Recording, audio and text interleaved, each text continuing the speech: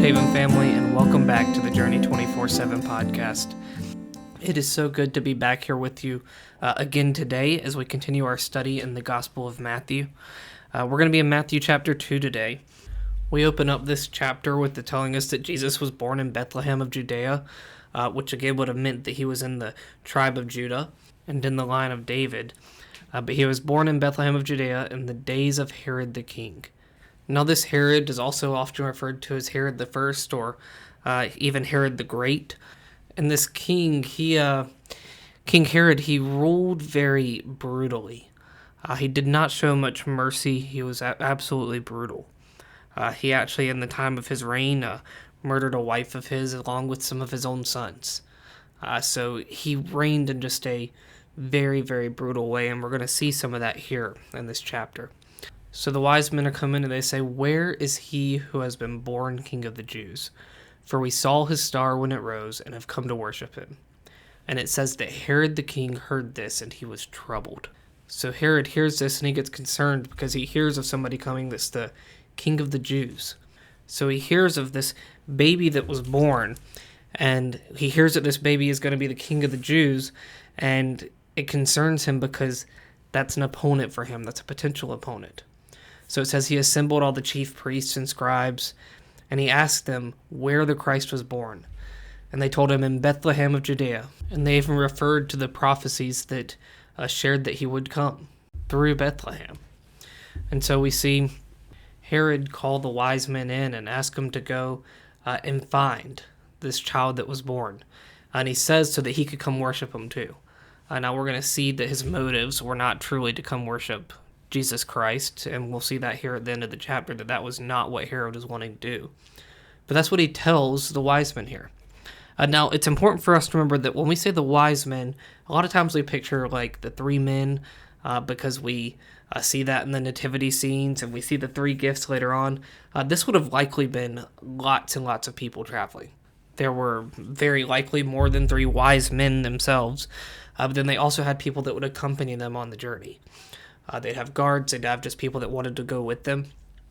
So this was much more than just three people. So Herod sends them out, and they're on their way. And it says when they start to head out, they see the star, and they rejoiced exceedingly with great joy. So they followed the star to Jesus, and they find him in a house. Now remember, this was actually probably all the way up to 2 years after Jesus' actual birth. So again, when we think about that nativity scene, not quite accurate to the actual biblical narrative here when we see the three wise men in the nativity scene, because they would not have been there when Jesus was born. They showed up much later. But they go and find him in this house, and it says they fell down and worshipped him. Then opening the treasures, they offered him gifts, gold and frankincense and myrrh. Now, them falling down and worshiping him is interesting because it's very unlikely that they actually understood his divinity. We don't think they probably actually understood that this was God himself in the flesh in front of them. Yet they still had the right demeanor towards him. They worshipped him. Then it says that they were warned in a dream not to return to Herod. So they actually departed to their own country by another way. They didn't go back to Herod to deliver Jesus to him.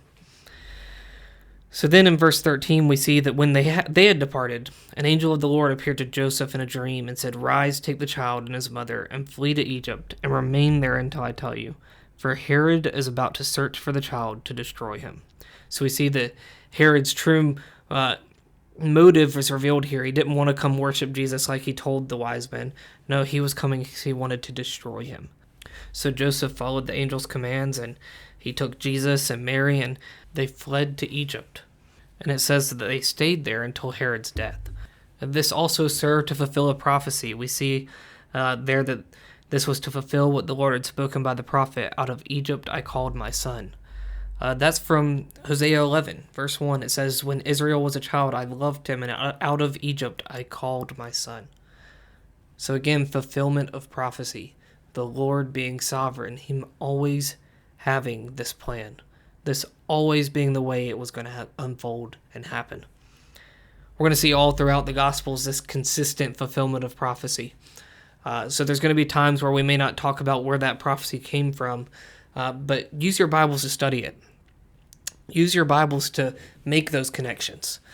We just aren't always going to have the time to talk about each and every one here, but do that on your own, because I'm telling you, it's just so incredible to see how the Lord connects it all.